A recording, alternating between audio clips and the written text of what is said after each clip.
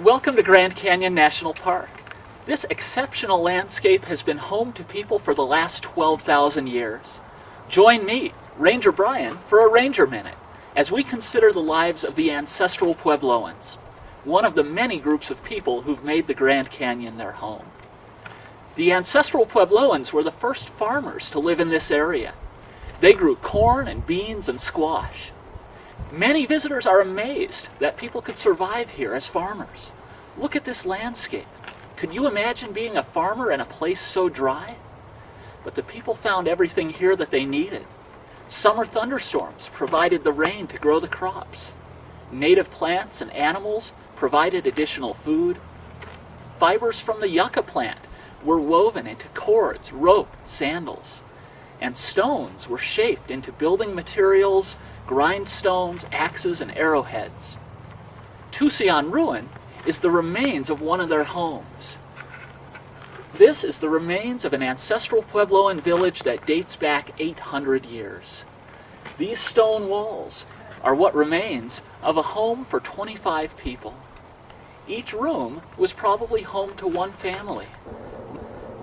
Most life, most of the year, took place outdoors, in the fields, in the open plaza, on the rooftops. Imagine children running and playing, adults, men and women, talking and laughing as they do their daily chores, grinding corn, turning deerskin into clothing, or tending each individual plant out in the fields. When cold weather, winter weather, when it drove the people indoors, these small rooms must have been crowded and smoky. Winter was the time for telling stories. The ancestral Puebloans handed down stories from generation to generation, and these are still told by their descendants, the Hopi, today. Listening to these stories, we find out things that archaeology can't tell us. We learn that not only was the Grand Canyon home, but it was also a sacred place. When we combine these narratives with our archaeological research, the stories of the people here in the past come to life. At Grand Canyon National Park, we preserve and protect these stories as well as the scenic grandeur of the canyon. When you visit the park, take time to consider the lives of the people who made this special place their home.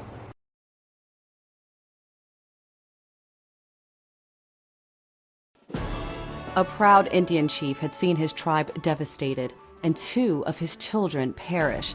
It was 1879, and he desperately asked a court to grant his freedom. But Chief Standing Bear was told that in the eyes of the law, he was not even considered a person. Standing alone before a federal judge, he made a statement that would change legal history.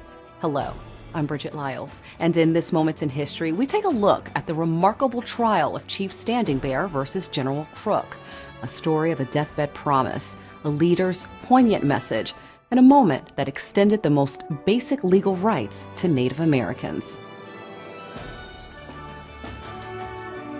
It's an honor to be here today to recognize a Nebraska hero and one of the most important civil rights leaders in our country that almost nobody knows about.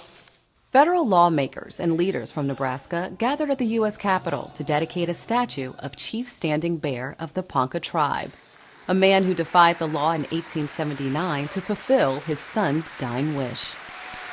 Standing Bear was a man that decided to buck the system, frankly, and he decided to do that because he felt that he was being treated unfairly and simply wanted to be an equal among Americans. Standing Bear's trial took place more than 140 years ago at the Nebraska District Court in Omaha. The Ponca, a peaceful tribe, were forcibly removed from their land along the Niobrara River in northeastern Nebraska and marched more than 500 miles to Indian Territory in Oklahoma. It's estimated a third of the tribe died following what is now known as the Trail of Tears, including Standing Bear's daughter, Prairie Flower. His son Bear Shield died upon arrival in Oklahoma and on his deathbed asked to be buried back at their tribal homeland. Standing Bear agreed to turn back to Nebraska. There's a belief for our people in our homelands where we lived for centuries that when our people were buried, they go back into the earth. So our ancestors' DNA is in the grass and the animals that feed on that. And so that circle of life for us, that means that's our connection. It was a grueling midwinter journey back home to honor his son's wish. Chief Standing Bear, with a handful of men and severely limited supplies, made it through the snow as far as Omaha when the Department of the Interior ordered General George Crook to arrest him. But Crook had developed a great empathy for the American Indian. He felt that the government was asking him to do more than he thought was right from a moral standpoint. And he recognized the plight that Standing Bear was in and came up, generally speaking, with this idea to have the court involved. Crook notified Thomas Henry Tibbles, a reporter for the Omaha Daily Herald, and the story was widely publicized. Then 2 prominent lawyers took Standing Bear's case without charging legal fees. They brought a writ of habeas corpus against General Crook, claiming Standing Bear was being unlawfully detained. And that's what the writ of habeas corpus is all about, to produce the body and tell the court why you're holding that person. However, the government argued that under the law, Indians were not legally persons and could not sue for release from custody.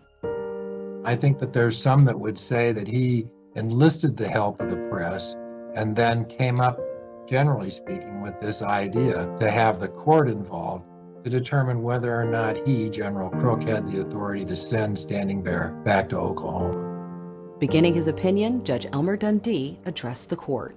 During the 15 years in which I have been engaged in administering the laws of my country, I have never been called upon to hear or decide a case that appealed so strongly to my sympathy as the one now under consideration. Judge Dundee was not required to let Standing Bear speak, but at the end of the proceedings, off the record, he allowed it, and Standing Bear proved to be quite the orator. He stretched out his hand and said, "That hand is not the same color as yours. But if I pierce it, I shall feel pain. If you pierce your hand, you will also feel pain. The blood that will flow from my hand will be the same color as yours. I am a man. God made us both." Those words are inscribed at the base of a 9-foot-tall memorial that now stands in the U.S. Capitol's Statuary Hall. And I think that that plea told Judge Dundee that he had to give standing to this gentleman that was pleading before him. Standing Bear's words were largely forgotten for more than a century. In 2009, journalist Joe Starita, who learned about the case from tribe members, published a book that brought the chief's story to greater public attention. We Americans need to understand what we did to Native people. You cannot progress along the line that we want to as a democracy if we don't tell the truth to ourselves about things that we did. And you cannot come to grips with the reality until you do tell the truth. Working separately, a law clerk for Judge Joseph Battalion learned about the case while doing legal research. Mary Catherine Nagel wrote a play about Standing Bear's case, also published in 2009. It was so shocking to me to have graduated from an ABA-accredited law school, a major ABA-accredited law school, and no one there knew about this case. And I feel like one of the best ways to combat systemic erasure is art and storytelling. This hand is not the color of yours, but if I pierce it, I shall feel pain. If you pierce your hand, you also feel pain. The museum in Washington, D.C. hosted a dramatic retelling of the trial in 2012, and Mary Catherine Nagel's play was later shown again at the Smithsonian's National Museum of the American Indian, receiving praise from Supreme Court Justice Sonia Sotomayor.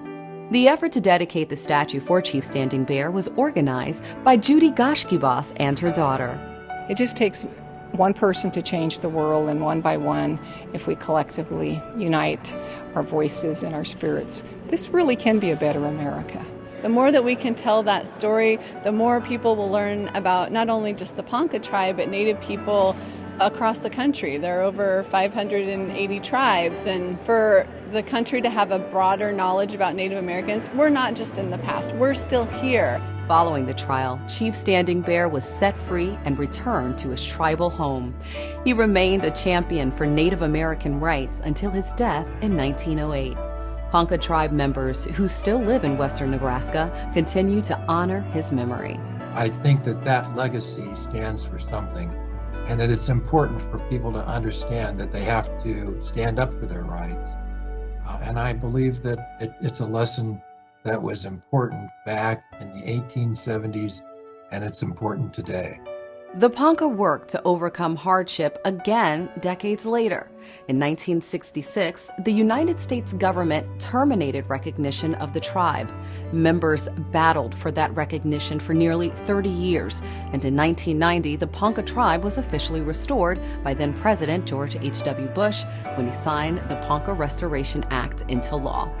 For the U.S. Courts, I'm Bridget Lyles. Thanks for watching.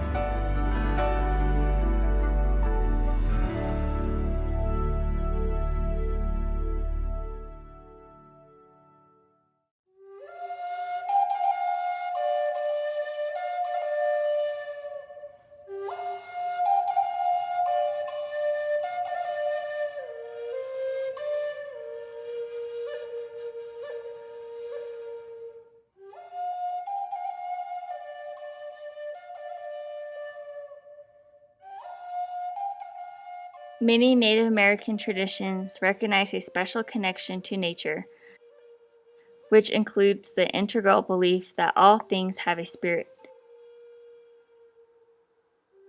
One such example are Zuni fetishes, which are palm-sized stone carvings, physical representations of animals that hold spiritual importance. The fetish creation is part of the Zuni faith and is intended to help mankind reconnect with higher powers. During an excavation in 2007 of an ancestral Puebloan habitation site on the edge of the Colorado River, an eagle fetish was discovered connecting today's Zuni people with their ancestors who once lived nearly 1,000 years ago at the bottom of Grand Canyon. Fetish's purpose remains the same today as it did in the beginning, to assist humans, the most vulnerable of the living creatures, in meeting the problems that face them during their lives. Originally made from antler and stone, blessed fetishes are objects to be venerated for their powers of hunting, success, protection, healing, fertility, defending against evil, among others. Fetishes remain an important part of daily ritual life for the Zuni. For others, fetishes are a link with the earth, representing the vision of an ancient culture whose talent and craftsmanship are destined to endure. Fetishes often have unique features carved or inlaid in, like heart lines or spirit lines, which represent the breath path leading to the power in the fetish's heart. Others carry bundles on their back of stones, feathers, or arrowheads, which represent offerings they carry to the gods for their owner. Blessed fetishes are never sold, but replica carvings of them are. Fetishes have significant meaning and to the Zuni serve to help unite the past with the present.